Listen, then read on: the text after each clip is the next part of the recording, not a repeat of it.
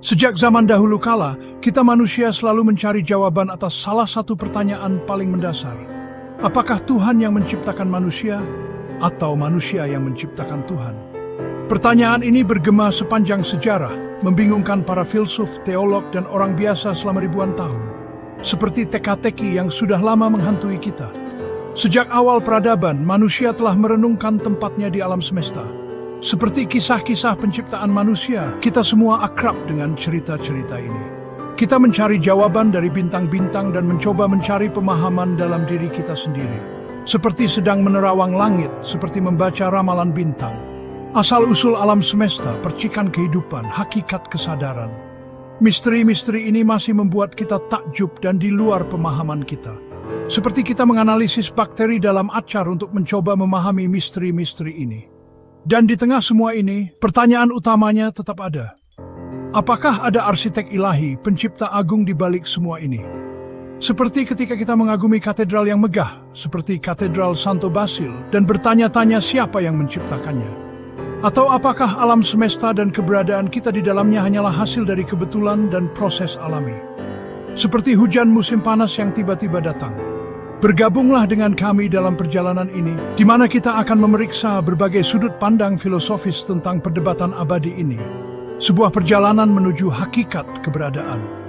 Seperti mendaki puncak Gunung Elbrus untuk mencari kebijaksanaan hidup.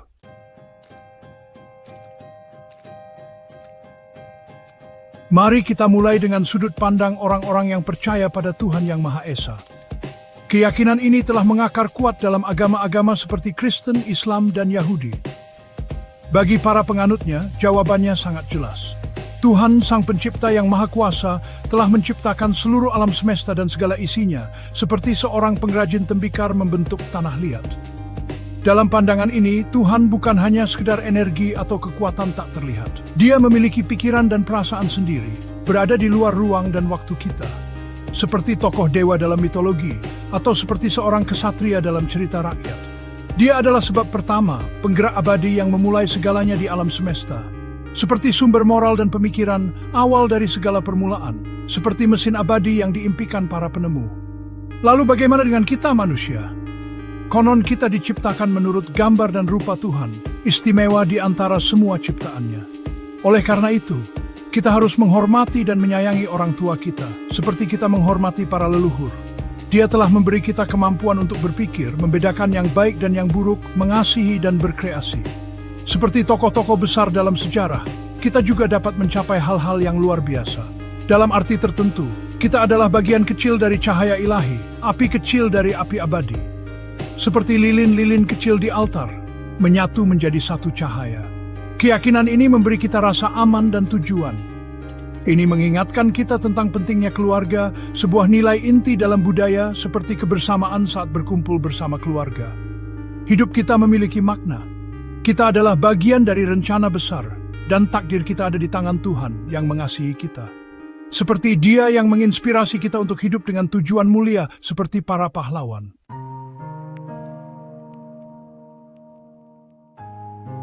Mari kita perluas pandangan kita dan jelajahi dunia filsafat panteisme. Filosofi ini mempertanyakan konsep tradisional tentang Tuhan sebagai sosok yang terpisah dari dunia. Bagi para panteis, Tuhan bukanlah entitas yang terpisah dan jauh. Sebaliknya, Tuhan adalah alam semesta itu sendiri, dan segala sesuatu di dalamnya adalah manifestasi dari esensi ilahinya. Bayangkan sebuah permadani raksasa rumit yang ditenun dari bintang, ombak, dan gunung. Setiap atom, setiap daun, setiap makhluk hidup, semuanya adalah bagian penting dari desain agung ini. Sebuah manifestasi unik dari esensi ilahi. Pandangan ini tercermin dalam kata-kata filsuf abad ke-11, Baruch Spinoza.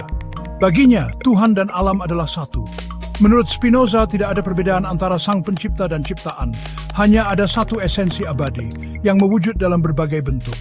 Panteisme mendorong kita untuk melihat kesucian dalam segala hal di sekitar kita dan menyadari keterkaitan semua hal, seperti konsep kesatuan langit dan manusia Zhangzai.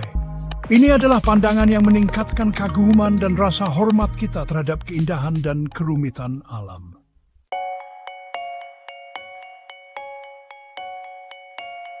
Teori deisme menawarkan pemahaman unik tentang hubungan antara Tuhan dan manusia. Bayangkan seorang pembuat jam yang ahli dengan hati-hati merakit jam yang rumit. Seperti Yu Yu dalam drama sejarah Heo Jun menempatkan jarum jam dengan presisi yang tepat.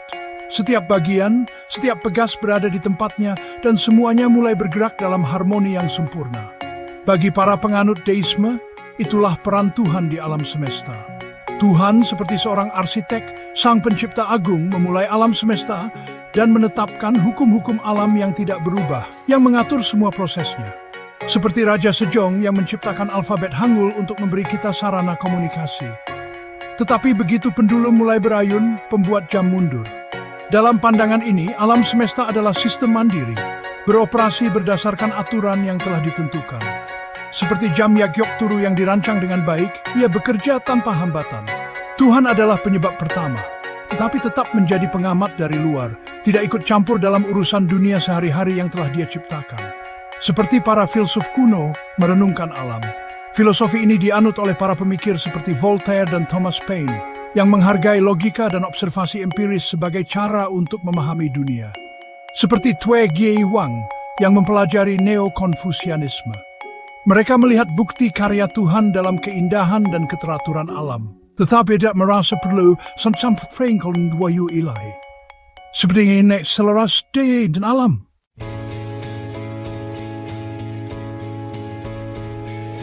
Dalam pandangan ateis, konsep Tuhan bukanlah entitas yang objektif, melainkan hasil dari pikiran manusia dan struktur sosial. Ini menimbulkan pertanyaan tentang kisah-kisah kuno yang telah membentuk masyarakat kita selama ribuan tahun. Para pemikir seperti Karl Marx, Sigmund Freud, dan Friedrich Nietzsche, meskipun memandang ide tentang Tuhan dari sudut pandang yang berbeda, semuanya sepakat pada satu hal: Tuhan adalah ciptaan manusia. Marx menganggap agama sebagai candu masyarakat, alat yang digunakan oleh kelas penguasa untuk menenangkan dan mengendalikan kelas pekerja.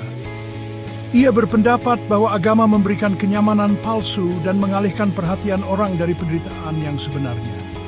Menurutnya, keyakinan pada Tuhan menutupi ketidakadilan, ketidaksetaraan ekonomi, dan menghalangi perubahan sosial. Dengan menjanjikan kehidupan yang lebih baik di surga, Marx berpendapat bahwa agama mencegah orang miskin berjuang untuk keadilan di dunia. Freud mendalami psikologi manusia. Ia mempelajari bagaimana alam bawah sadar kita membentuk keyakinan dan perilaku. Ia berpendapat bahwa gagasan tentang Tuhan berasal dari kebutuhan kita akan sosok ayah yang membantu kita menghadapi rasa takut dan ketidakpastian hidup. Menurut Freud, kebutuhan akan rasa aman dan nyaman ini berakar dari pengalaman masa kecil kita. Nietzsche menyatakan, Tuhan telah mati. Ia percaya bahwa umat manusia tidak lagi membutuhkan ilusi semacam itu. Ia melihat ini sebagai kesempatan bagi manusia untuk memikirkan kembali kehidupan dan nilai-nilai mereka. Ia menyerukan evaluasi ulang semua nilai, berpikir mandiri dan kreasi diri daripada mengikuti dogma orang lain. Nietzsche percaya bahwa ini akan membuat hidup kita lebih otentik dan bertanggung jawab.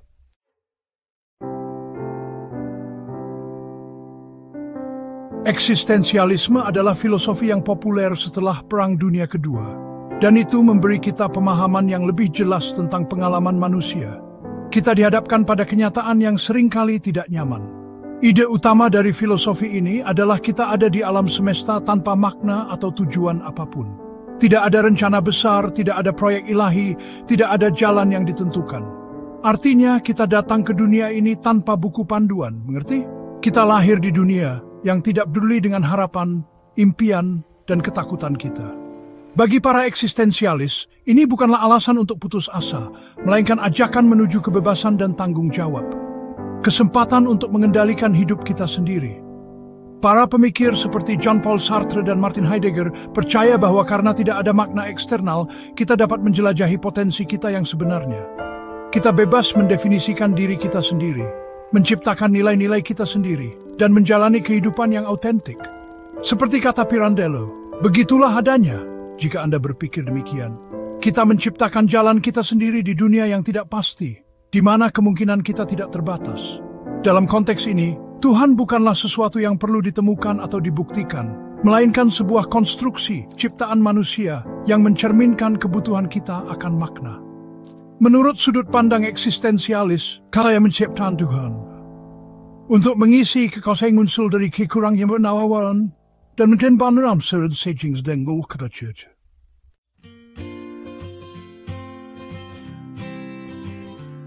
Selama berabad-abad, banyak orang percaya bahwa Tuhan ada di luar ruang dan waktu, tidak berubah dan abadi. Tapi bagaimana jika pemahaman kita tentang sifat sejati Tuhan itu salah? Bagaimana jika, alih-alih menjadi pengamat dari luar, Tuhan adalah peserta aktif, terus berkembang bersama ciptaannya? Itulah inti dari teologi proses. Teologi proses menawarkan perspektif yang sangat berbeda.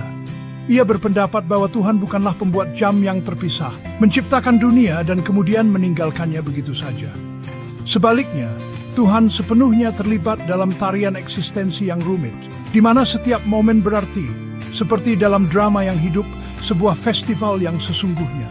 Bayangkan alam semesta yang terus bergerak, sebuah permadani yang ditenun dari benang-benang pengalaman, di mana setiap benang berkontribusi pada keseluruhan gambar. Ingatlah kapal Sistina, sebuah mahakarya yang terus berkembang. Dalam visualisasi ini, Tuhan bukanlah penenun yang terpisah dari alat tenun, tetapi alat tenun itu sendiri, mengalami penciptaan permadani dengan setiap helai benang. Teologi, proses mengajak kita untuk melihat Tuhan bukan sebagai produk jadi, tetapi sebagai peserta dalam proses penciptaan yang berkelanjutan, seperti kehidupan yang terus berubah seiring pergantian musim. Dan seperti kita tumbuh dan berubah sepanjang hidup kita. Tuhan chomis figurba meral tegeris triumphs.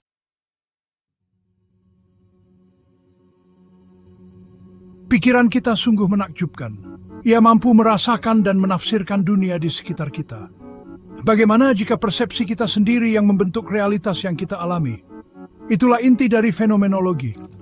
Ini adalah aliran filsafat yang mempelajari bagaimana pikiran membentuk persepsi kita, termasuk pengalaman kita dengan Tuhan.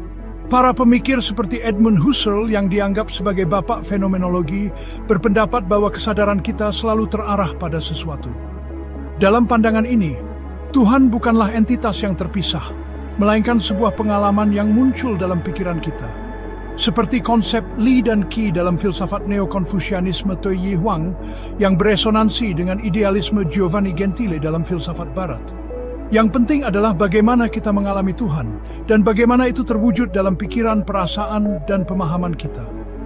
Jadi pemahaman kita tentang Tuhan tidak hanya berdasarkan bukti eksternal. It's berdasarkan pada jalanan kita. Bagaimana kita menafsirkan kultur spi.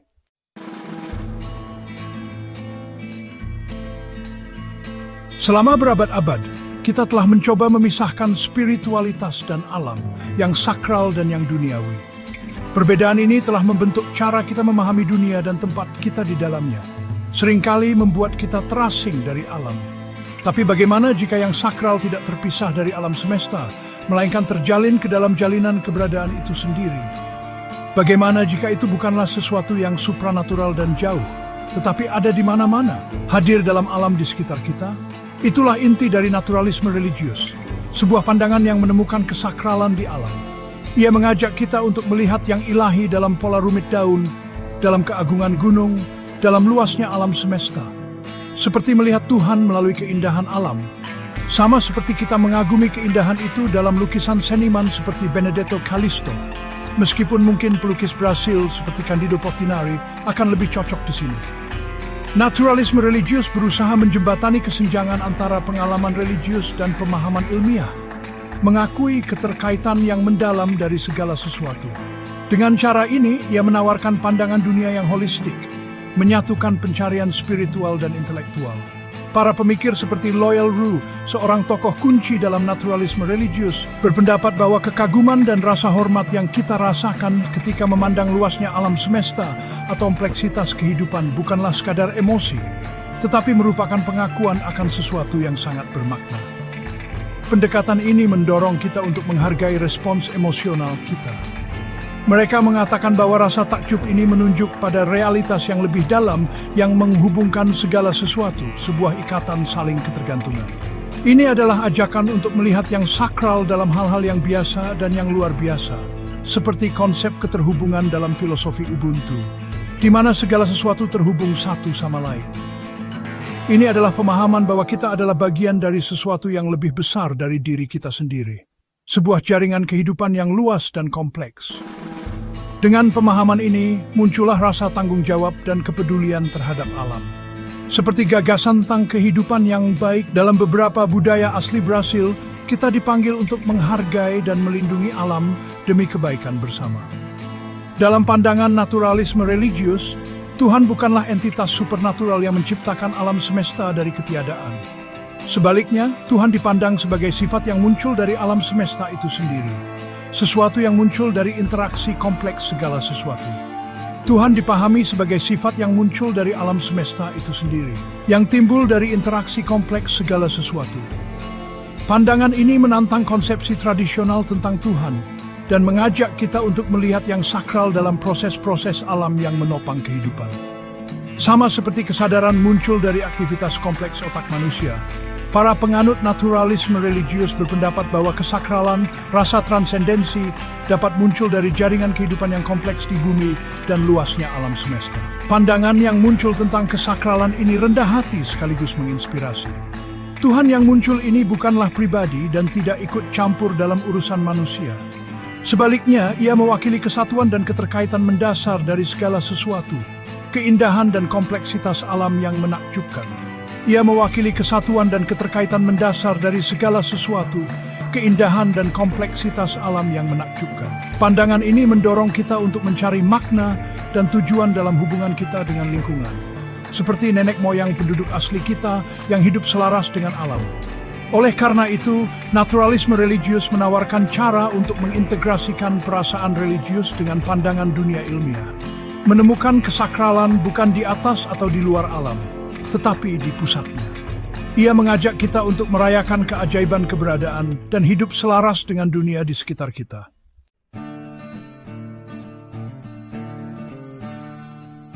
Dari sudut pandang mereka yang percaya bahwa Tuhan adalah pencipta, hingga sudut pandang ateis yang berpendapat bahwa Tuhan hanyalah ciptaan manusia, dan hingga beragam keyakinan di antara kedua kutub tersebut, kita telah menjelajahi berbagai perspektif. Salah satu pertanyaan tertua dan terdalam umat manusia, apakah Tuhan menciptakan manusia, ataukah manusia yang menciptakan Tuhan? Kita telah bersama-sama memulai perjalanan untuk merenungkan pertanyaan ini. Seperti yang diajarkan Konfusius, belajar dan kemudian mempraktikkan, bukan itu menyenangkan? Semoga kita telah meluangkan waktu untuk berpikir secara mendalam. Apakah manusia menciptakan Tuhan? Setiap sudut pandang menawarkan lensa unik untuk melihat pertanyaan ini, dan setiap lensa memiliki asumsi, argumen, dan kesimpulannya sendiri.